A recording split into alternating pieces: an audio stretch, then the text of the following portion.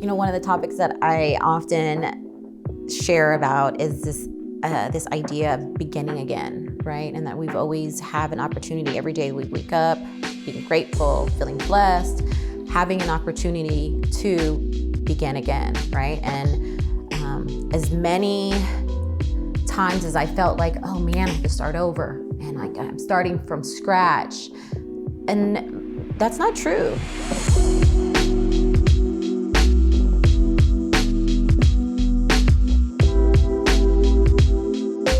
Welcome back, everybody, to Always Level Up the podcast.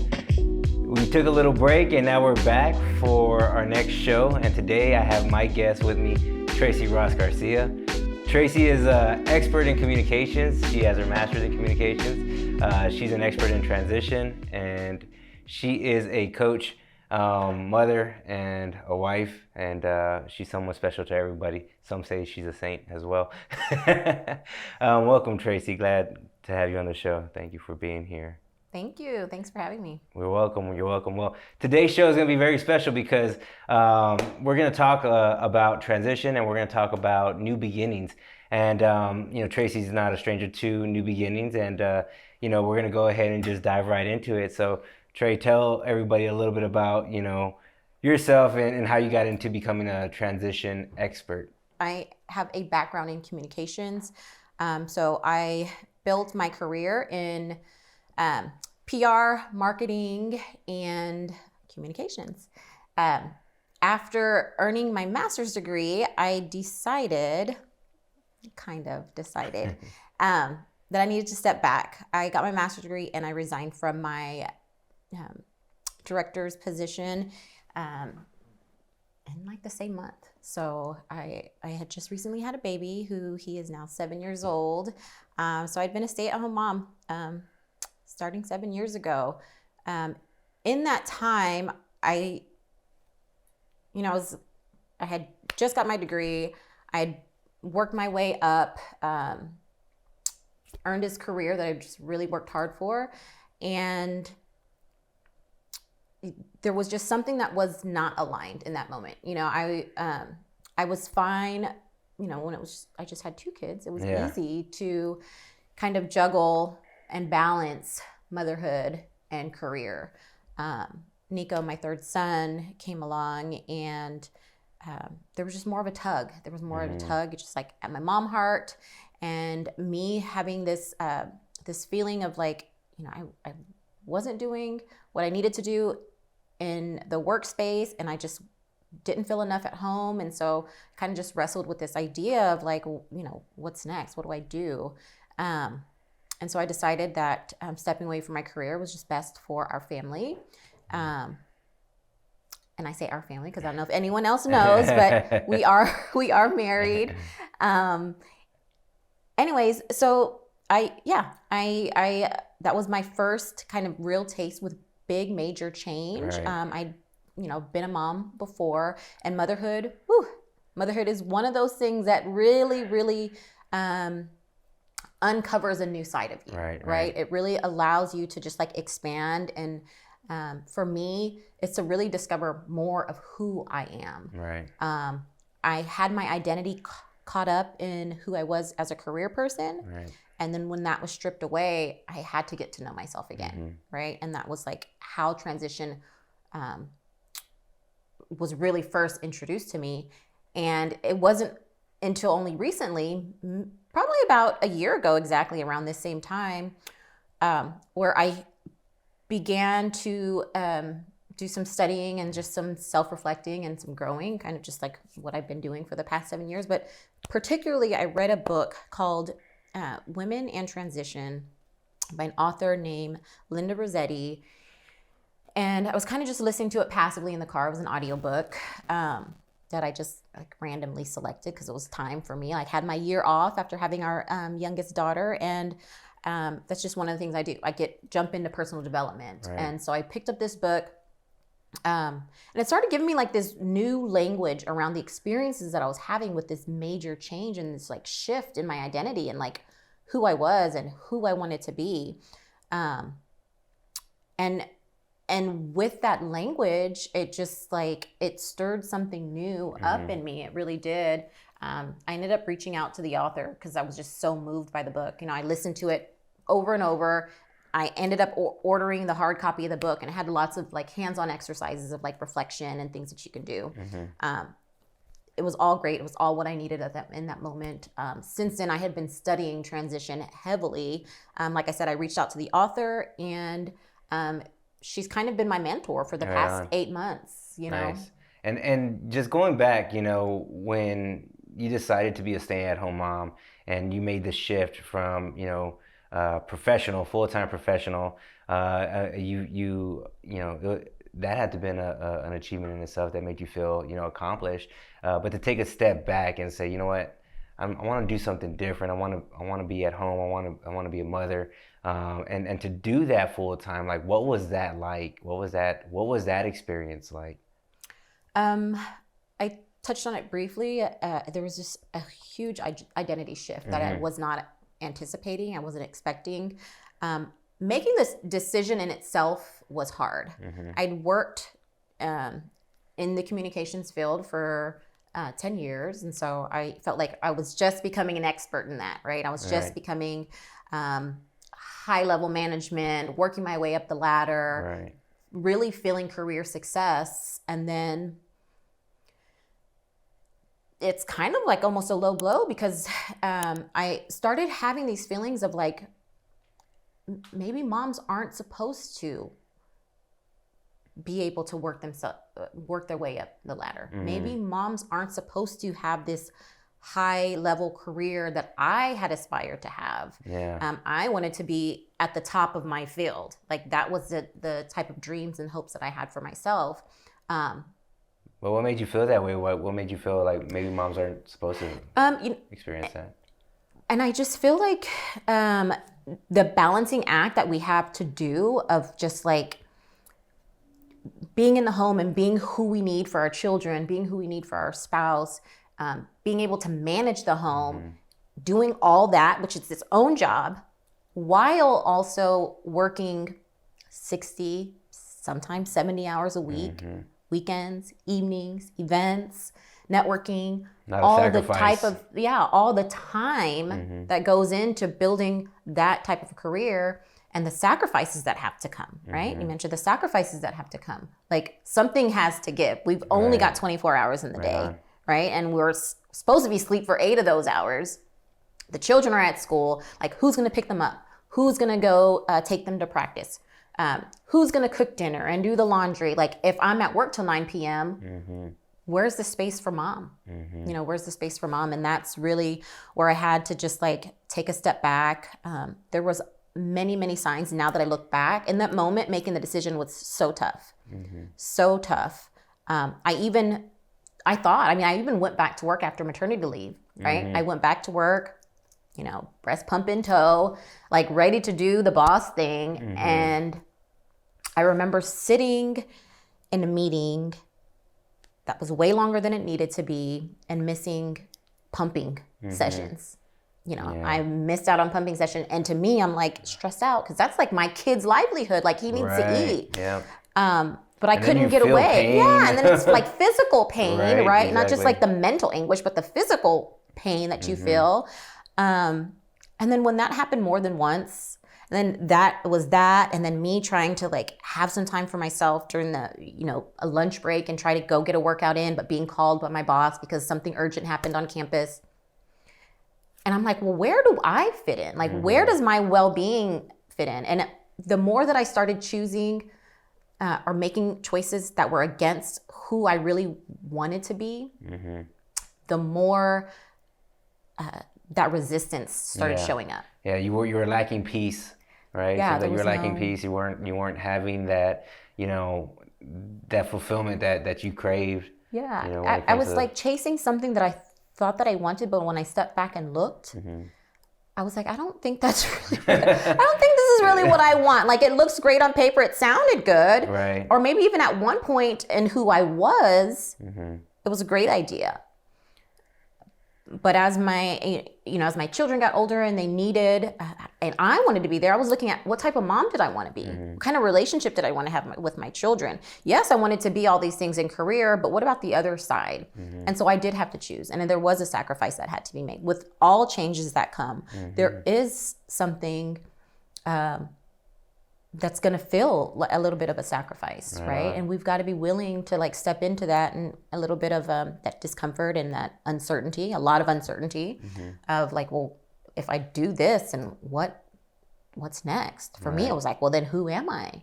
Because I really felt like I made a name for myself in my career space. And then when I didn't have that anymore, I'm like, I'm just a mom, I'm just a mom. And I know moms out there that are probably listening to this or can possibly listen to this, like, you are more than just a mom. Right, absolutely. And I think it's cool because, to recognize that in yourself, and then, to sacrifice your career ambition for your family and take a step back and say, okay, look, I need to take care of the home, and to recognize that and to just let go and start over. I mean, to me and the experience, understanding, what you were sacrificing, made me want to work and do better for us, right? Because, I think there's an element of teamwork that goes on, right? And totally. And from my perspective, looking in, like, okay, she's making that sacrifice.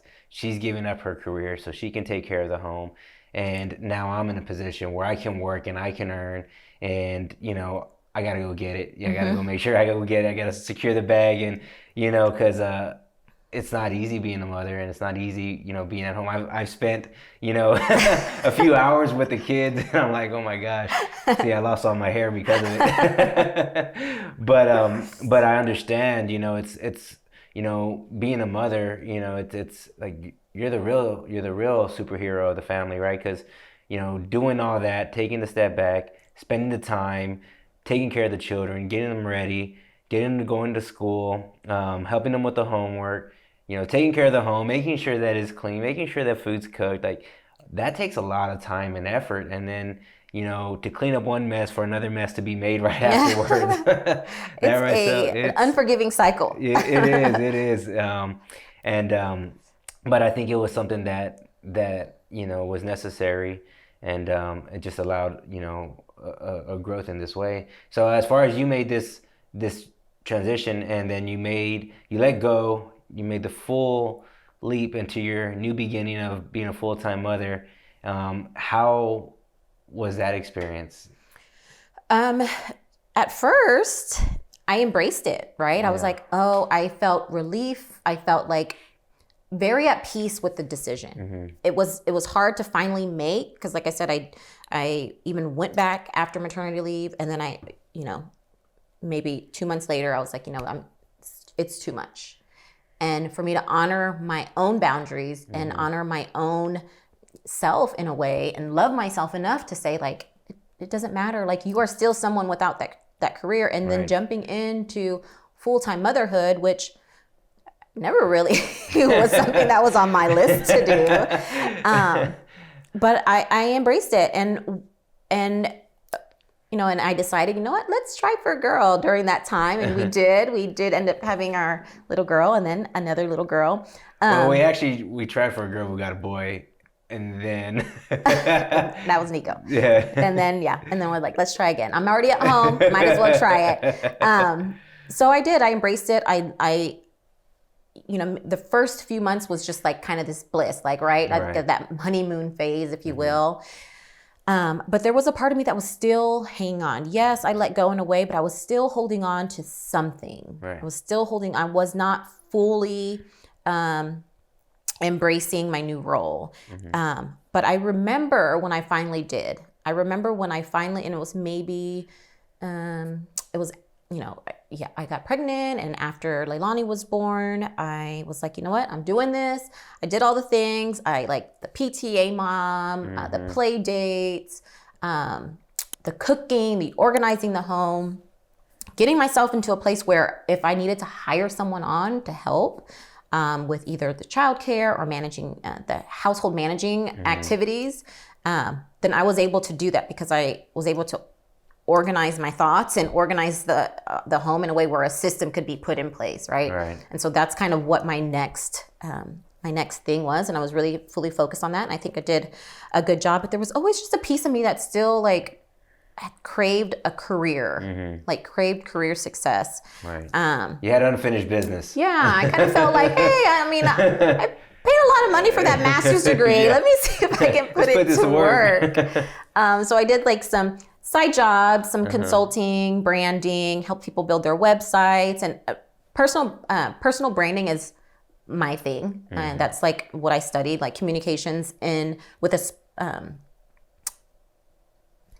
communications with concentration in branding has always just been like a real passion for me. And so I was helping people with their brands, build websites, startups. And I really just learned about myself that I like to see beginnings. I really do like new beginnings. And maybe it's the uncertainty of it. Maybe it's just the newness and the possibility that's in it.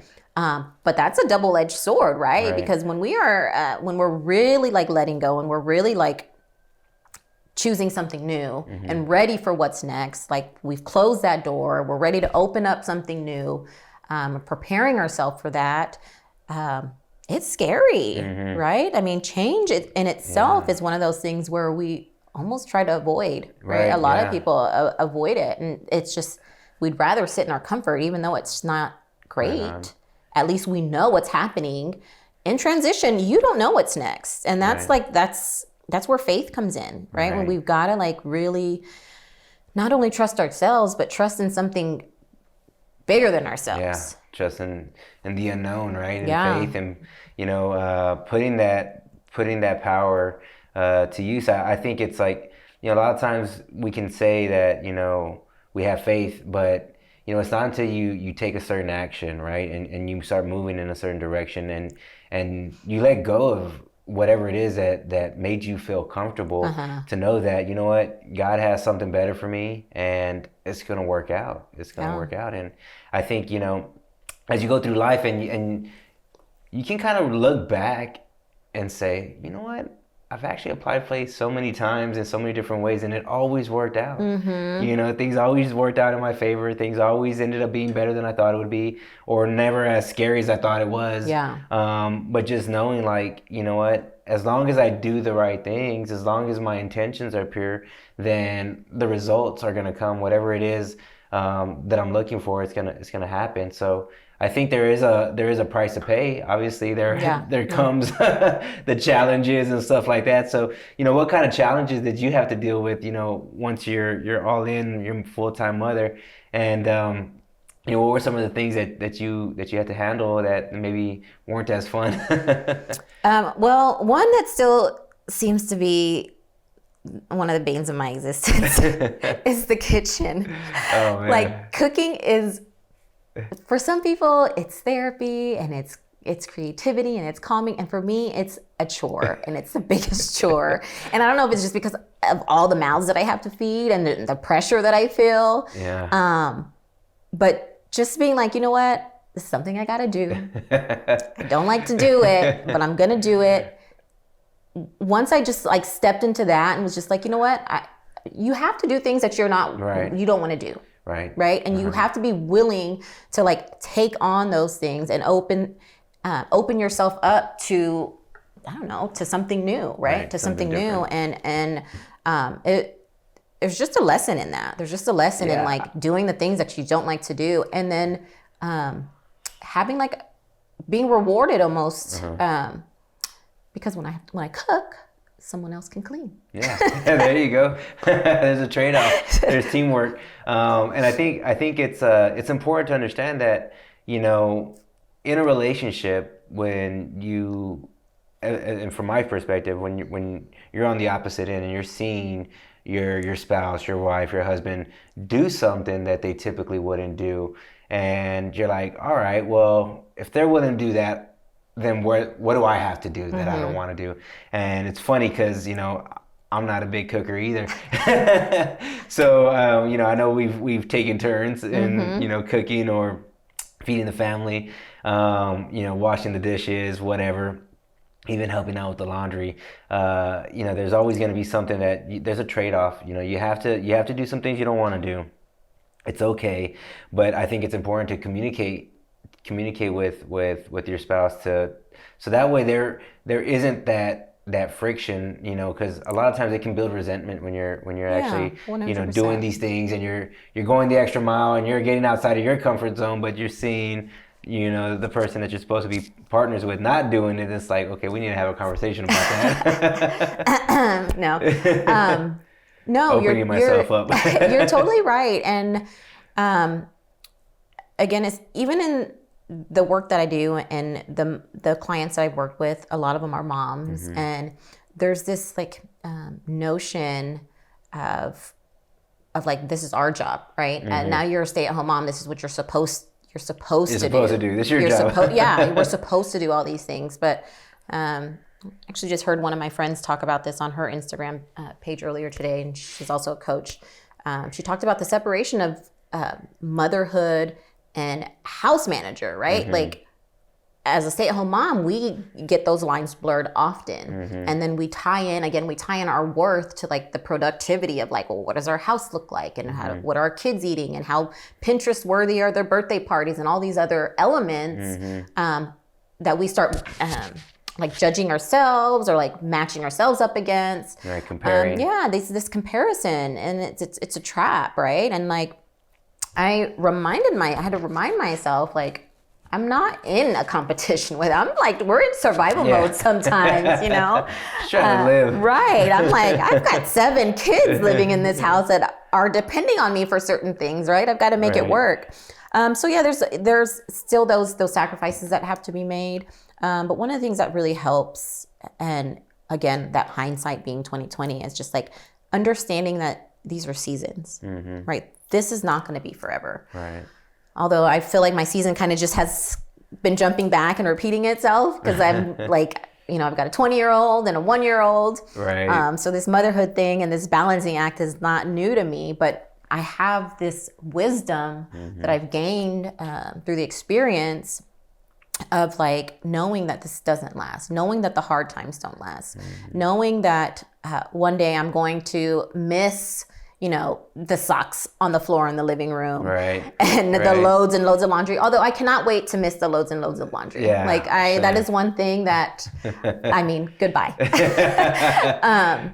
But it's a season, and then when we can remind ourselves, especially in the difficult seasons, because I feel like that's when we lose hope, and we lose sight of like what the main thing is just that.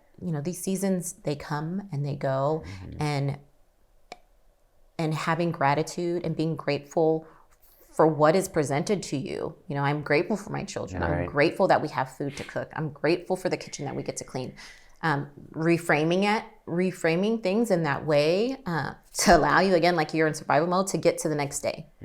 Sometimes it's what we have to do. Yeah, I agree. And, I think as we live and we go through life, a lot of times we chase the future and what life could be if we had this, or what life could be if the situation was X. And, I've learned too, it's just to appreciate the present moment. Oh, yeah. Appreciate today, and whatever it is that we have to do, that we get to do. I think it's a blessing to be able to, just move in the way that we move, and just having a full body and whole and complete, and having a home, having shelter, having food, having a family, having children, that we can chase around, and like you said, these moments don't last forever. Yeah. And all we're doing is creating memories for tomorrow. And I think that's important too, to keep that in mind, because it helps you find peace in today. It helps you find peace in the challenges and the struggle that that we deal with on a day-to-day basis. But for me too, it's like I've caught myself when I'm having to do these things that I don't like to do, and before I used to huff and puff. I'm like, oh my gosh, I gotta do this. Oh man, I gotta clean up this mess again. And I just learned to just like, it's okay. Just do what you gotta do, make it happen, and just keep going and teach. You gotta teach along the way. Yeah. Especially we teach ourselves how to manage our emotions, and then two, we get to teach our children how to manage theirs, because that's what they're learning from us. They're watching us. As we grow. So moving on, full-time motherhood, and you made that transition, and now today we're in a new time, new place, new space, and it's another new beginning. New beginnings. I'm all about it. What does this new beginning look like for you? One of the topics that I often share about is this idea of beginning again, right? And that we've always have an opportunity every day we wake up, being grateful, feeling blessed, having an opportunity to begin again, right? And as many times as I felt like, oh man, I have to start over, and like I'm starting from scratch, and that's not true, right? We've got so much experience that we bring with us into the next chapter. We've got wisdom, knowledge that we can carry with us that our past life or the past experiences have taught us, right? And we're able to bring these to the new moments. I recently just relaunched my coaching business, right, and I shifted from a personal branding angle. Personal branding and personal development was where I found the overlap, because of course I love personal development and I wanted to be able to tie that into how I work with my clients. To transitions, that space of change, of big major shifts where we're willing to do the work, where we're willing to rediscover, like, okay, well, who am I? Like, who am I now, and who am I trying to be, and what happens in that space between? What happens in the space in between? And then being okay to let go of like the ideas and the dreams that you had as, the person before the major change. Things like moving, maybe relationship changes, any type of grieving, like if you experience a death, if you experience the heartbreak, divorce, those are types of triggers that allow us to like step into transition. And transition being just like bigger than change, bigger than just like a small change. Like, oh yes, maybe I'm working at this real estate company and now working for this real estate company. That's change, right? Transition is like, yeah, real estate was something that I loved.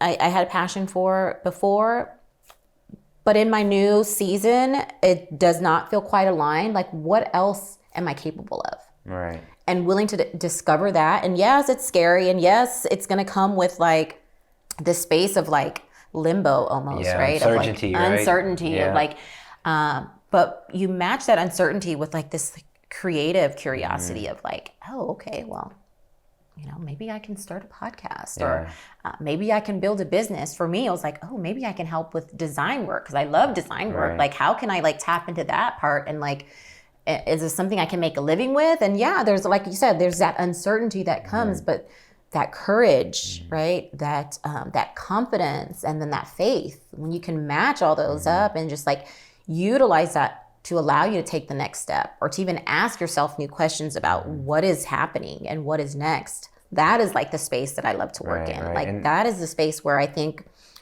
we don't know we need help, right? We don't know that we need support. But when you get that support and you got someone there that's not only like holding you accountable, but also seeing the blind spots for you, but also encouraging you through these spaces of like testing the waters, experimenting, right? Experimenting with something new, exploring spaces and places that you might not have done because you were so comfortable in something that you were pretty good at, right? But you're willing to let go of that to explore something that's like, maybe you're even better at, or maybe that's just like a calling, or maybe that's just like, your thing. And we don't know unless we're willing to try. Right on. And I think that, you have to understand is there's a transformation in the transition. And, and part of that is to let go of the old identity, and something that you did in the beginning, right? You let go of that identity of who you were, the professional, successful professional mother and woman, and to let go of that and transition and transform into this new version of yourself, and then doing it again and again. And I think that's when people go back and you have this fear of letting go, but at the same time, like you said, I have experience, I have wisdom, I have these things that I've gone through that now are tools that are going to allow me to succeed in this new chapter as I discover who I am, who I'm becoming, who I actually want to be, because then it's all by design and it's not by chance. And I think that's also important too, is to know what you want and know the direction you want to go, because a lot of times people don't know, and that can cause just some complacency and just say some fear of not taking action. I think that's probably the more important thing, is like to still take action, to still do something, so that way you are able to learn. So as you're in this new phase, you're back in coaching, and you're looking to share your expertise and coach women up through their transitions and wherever they're at in life. What's going to be a best way for people to reach out to you and get a hold of you and to tap into your skills and see if you can help them out? Well, I do a lot of social outreach on Instagram. That's where I'm most active. I also do have a free Facebook community. What's your IG name? Tracy Ross Garcia. Yeah, that's it. Tracy Ross Garcia on Instagram. Same on Facebook. We have a Lotus Growth Group, free growth community, where we talk about transition. It's just a safe space. I started a group coaching program in 2022 just to see if I could really teach transition, and I had a great response, and so I wanted to create that community for the women that were in that group and that cohort, and to just grow it, because like I said, transition is a space where we're not going to ask for help, but we do need the support in, and if you are wanting to get help through major change, Instagram is a place to find me. My website, tracygcoaching.com. I'm taking free 30-minute calls every Thursday. Tuesdays are opening up as well. So if you want to just look at my calendar, you can get on we can get on a call and see if we're a good fit to work together. Right on, awesome. And just as a testimony, Tracy's helped me and coached me up through many transitions in my life, and I contribute a lot of my change and transformation to her support and coaching along the way. So I appreciate you. Thank you. Of course. Thank you all for joining us today. I hope you enjoyed the show. If you did enjoy it, you found some value, please like, share, subscribe, and stay tuned for the next show.